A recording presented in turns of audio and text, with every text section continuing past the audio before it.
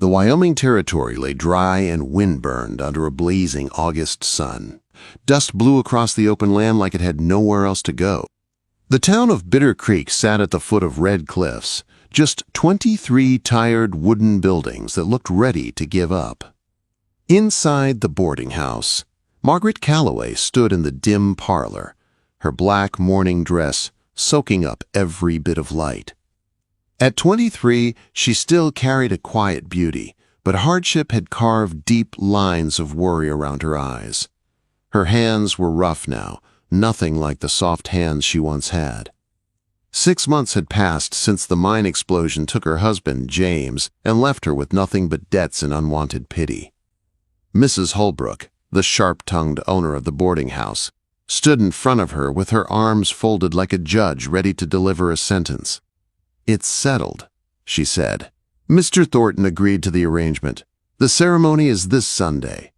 Margaret's fingers clutched the chair until her knuckles turned white. "I haven't agreed to anything," she whispered. Mrs. Holbrook let out a dry laugh. "Your account is 3 months overdue. No family to send money. No work left in town. Winter's coming, dear. I can't keep you for free." The other women in the room avoided Margaret's eyes. They were not here to help her. They were here to get rid of a problem. Mrs. Patterson, the minister's wife, cleared her throat. "Samuel Thornton owns 400 acres in Wolf Valley, runs horses and cattle. A woman could do worse." Margaret knew the truth beneath those soft voices. Samuel Thornton was a man who kept to himself. A man whose first wife had died under circumstances no one talked about. A man known for his silence and his hard ways. "He agreed to pay your debts," Mrs. Holbrook continued. She listed every dollar as if she were reading a death sentence. $70 altogether. $70. Margaret felt the weight of it crush her. "I just need more time," she begged. "I can take in more washing. I can—" "There's no more work," Miss Crane, the schoolteacher, said gently. "The railroad crews moved on. This town barely survives as it is." Quote, Margaret realized then that there would be no mercy. "When may I meet Mr. Thornton?" she asked, her voice small. "He'll be here Sunday," Mrs. Holbrook said. "He's not the courtin' kind. Don't expect flowers." Pastor Patterson entered the room and nodded sadly. "Mrs. Callaway, I trust the arrangements have been explained." Margaret didn't answer. She slipped out the back door into the blinding afternoon heat, tears burning her eyes as she headed for the wash shed. She plunged her hands into the warm water and scrubbed clothes that did not belong to her, trying to hold back the sob rising in her throat. 6 months ago she had dreamed of children and a ranch of her own with James. Now she was being traded like stock to a man she had never met. When Sunday arrived, the sky burned red like a warning. Margaret dressed in her old gray wool dress and walked to the church, aware of every eye watching her. Her life was being decided in front of the entire town. Sam Thornton waited at the altar. He was tall, broad-shouldered, and silent as stone. His gray eyes were cold and unreadable. When he looked at her, it wasn't with affection. It was the look of a man examining something he had paid for. The ceremony felt unreal. The pastor's voice faded into a distant hum. Margaret answered when she was told to, her voice barely a whisper. When the pastor asked if anyone objected, the silence pressed around her like a trap. Then came her turn. "Do you, Margaret Rose Callaway, take this man?" Margaret looked out the window. The open land stretched endlessly, freedom so close, yet impossibly far. "I'm not ready," she whispered as tears spilled over. Sam's hand closed around her elbow, firm and final. "You are now," he murmured, only for her to hear. "She does," he said aloud. The pastor quickly finished the ceremony, relieved it was over. There was no kiss, no smile. Sam simply took Margaret's arm and led her out into the harsh sunlight where a wagon waited. Her trunk was already loaded. He helped her onto the seat with surprising gentleness, then took the reins. Margaret did not look back as the town of Bitter Creek faded behind them. Hours passed in silence as they crossed the lonely land toward Wolf Valley. Margaret's eyes filled as she tried to swallow the truth. She was now Mrs. Samuel Thornton, married to a stranger who hadn't even tried to hide his indifference. When the ranch came into view, her heart sank. The house was made of weathered logs, its few small windows dark and cold. No flowers, no warmth. It looked like a place built for survival, not for living. "This is it," Sam said, stopping the wagon. He carried her trunk inside and pointed toward a small bedroom. "I'll be in the barn," he said. "Supper at 6. He left without another word. Margaret stood alone in the quiet house, the weight of her new life pressing down on her like the thick Wyoming heat. She had crossed a line there was no coming back from, and nightfall would bring the moment she feared most. Margaret stood in the small kitchen, her hands trembling as she tried to light the stove. The house felt too quiet, the air heavy with dread. She cooked beans and biscuits the best she could, but her heart wasn't in it. When Sam returned at sundown, he washed at the pump and walked inside without a word. He sat at the table, ate in silence, then pushed his plate away. "It'll do," he said. "You'll learn." Margaret swallowed hard. She wasn't used to such bluntness, but she didn't argue. When he stood and carried his plate to the basin, her pulse quickened. She knew what was coming next. "I rise at 4, he said. "Breakfast at 5. I'll be in the north pasture tomorrow." He walked to the bedroom doorway. "Come to bed." Her chest tightened. I need to clean the dishes first." "They'll keep till morning." She followed him, each step heavier than the last. In the bedroom, he removed his boots and shirt, the moonlight catching old scars across his back. She undressed quietly and slid beneath the quilt. She felt him climb in beside her. For a moment, there was silence. Then his hand touched her shoulder. "I know you're not ready," he said, voice low in the dark, "but you're my wife now." Margaret closed her eyes, trying to hold back tears. Sam wasn't rough, but he wasn't gentle either. He moved with the same quiet, practical nature he showed in everything he did. When it was over, he turned away and soon fell asleep. Margaret lay awake for hours, staring at the moonlight on the wall, wishing she could disappear into it. Morning came too soon. Sam left before dawn, his boots crunching across the yard. Only then did she rise. She washed in cold water, trying to scrub away the memory of the night. She forced herself to make breakfast, though she couldn't eat a bite. The days fell into a rhythm. Sam left early, returned late.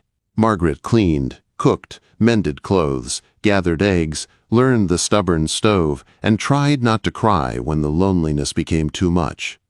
They spoke very little. At night, Sam claimed his marital rights again, never cruel, but never tender. She told herself this was survival. This was the price of shelter, of food, of staying alive. 2 weeks later, Margaret finally stepped outside to breathe air that wasn't trapped behind log walls. The land stretched forever around her, huge, empty, beautiful, in a fierce way. The mountains rose like broken teeth. Wolves howled in the distance at night. The wind carried their voices across the valley until Margaret pulled the quilt tighter around herself, just to feel less alone. When Sam finally took her into town for supplies, the silence hit Margaret harder than any storm. People she once knew looked past her like she wasn't there. Women whispered as she walked by, some with pity, others with judgment. Mrs. Patterson greeted her with false cheer. "Settling in well, Mrs. Thornton?" "Well enough," Margaret said, keeping her voice steady. "That valley gets mighty lonely," another woman said, in a tone that wasn't meant to comfort. Margaret held her chin up. "All changes require adjustment." Sam finished buying supplies and helped her into the wagon. As they rode away, she finally said what she held in her chest. "They pity me." Sam kept his eyes on the trail. "Let them. Their opinions won't feed us." That night, thunder rolled over the valley and lightning split the sky. The storm was unlike anything Margaret had ever felt. Wild, roaring, alive. Sam dragged cattle into the barn while hail pounded the roof like fists. He slammed the doors shut and shouted over the wind, "Brace the windows!" They worked together through the chaos, stuffing rags under the door, moving supplies, and praying the roof would hold. When a heavy crash shook the house, Sam grabbed her, pulling her toward the bedroom. "If the roof goes," he began. "It won't," Margaret said fiercely, though she wasn't sure why she believed it.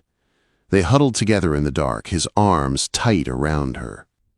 For the first time, being held by Sam didn't feel like a cage. It felt like protection. When morning finally came, Bitter Creek's world looked broken. The barn door was ripped off. The chicken coop shattered. Fences lay scattered like sticks. 3 cattle lay dead in the field. Sam's face hardened as he took it all in. "We've lost 1/3 of the hay," he said softly, "maybe more." "And we can rebuild," Margaret said, steadying herself. "With what?" Sam asked. "We barely had enough as it was." That night, they sat at the table, exhausted. Sam rubbed his hands over his face. "I'll have to go to Morrison." Margaret froze. "No, not him.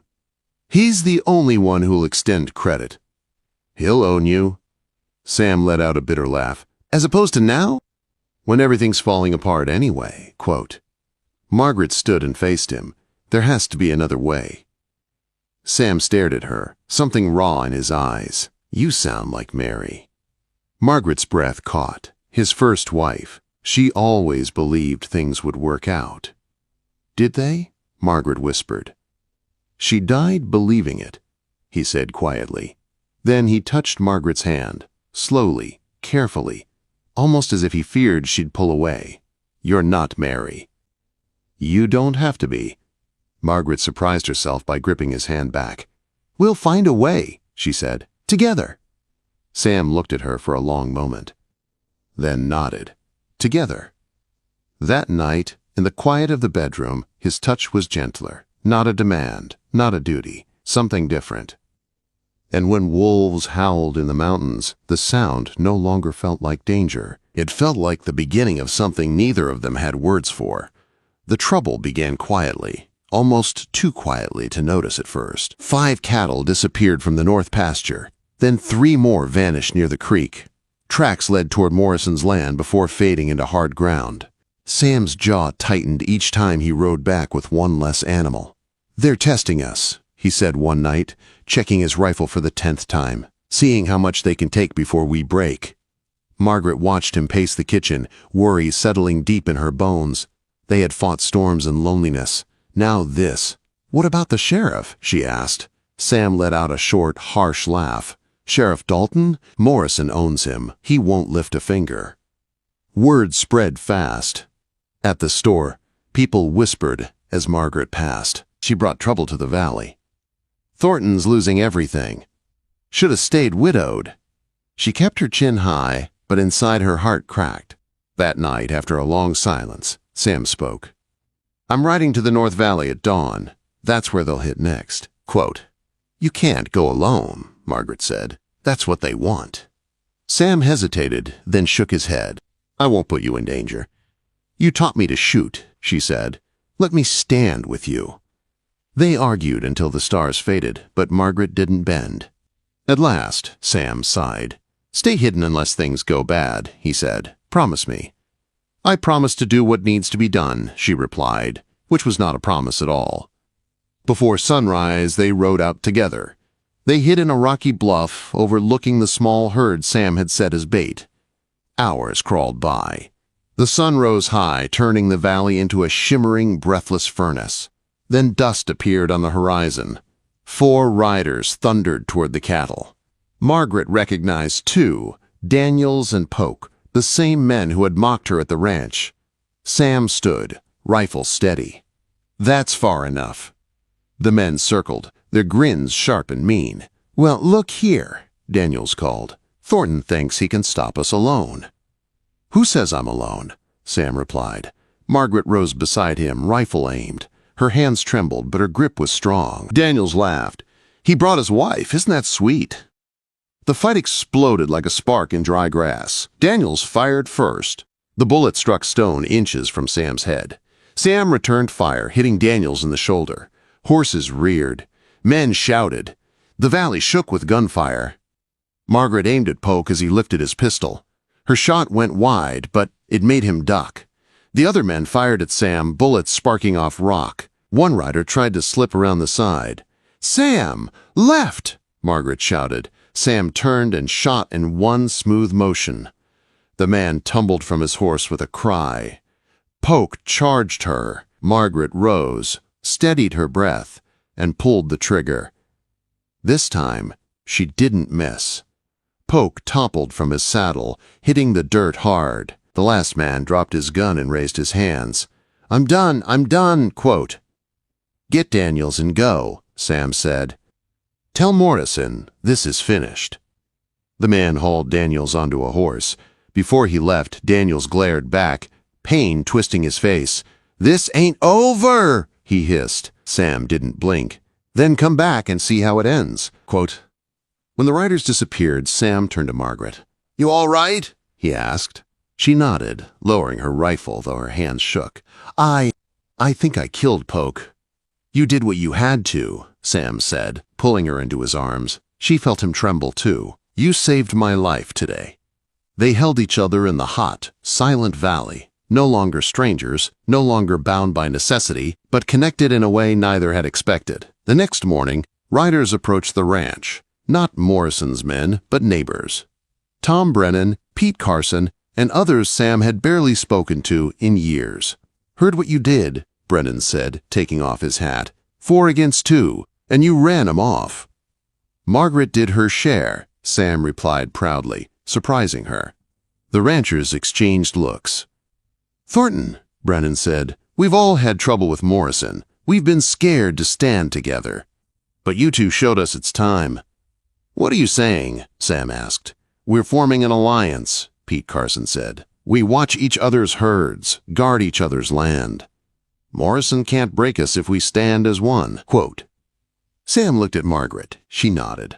All right, he said, but if we do this, we do it right. The ranchers agreed. They shook hands. Forming a bond Bitter Creek had not seen in years. From that day forward, everything changed. Margaret was no longer the widow who had been forced into marriage. She was a woman who stood with her husband, fought beside him, and earned the respect of an entire valley. Life grew steady and strong again. Townfolk began to greet her, not with whispers but with nods, some even with smiles. Mrs. Patterson approached her after Sunday service with a soft, hesitant apology. Sarah Patterson visited often, eager to learn from her. The town that once shunned her was learning to admire her. One night, as Sam and Margaret stood outside watching the sunset burn across the sky, he spoke softly. You changed this place, he said. Changed me. Margaret leaned against him. We changed each other. Months passed. Their rebuilt home stood tall, fresh timber, bright windows, a porch where they drank coffee in the cool mornings. The valley began to thrive again.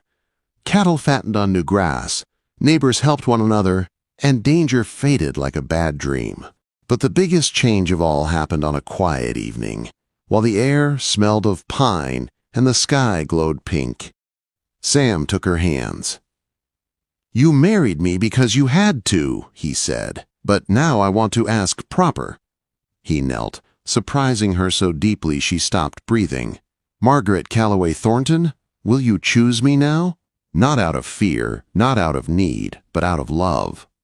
Tears filled her eyes. She cupped his face with trembling hands. Yes, she whispered. I choose you. He kissed her as the first drops of long-awaited rain began to fall around them, soft at first, then steady, like a blessing from the sky. Together they stood in it, arms around each other, finally ready for the life ahead. Against all odds, in a land that tested every soul who dared to live on it, they had found something rare, a home, a future, and a love strong enough to survive anything. The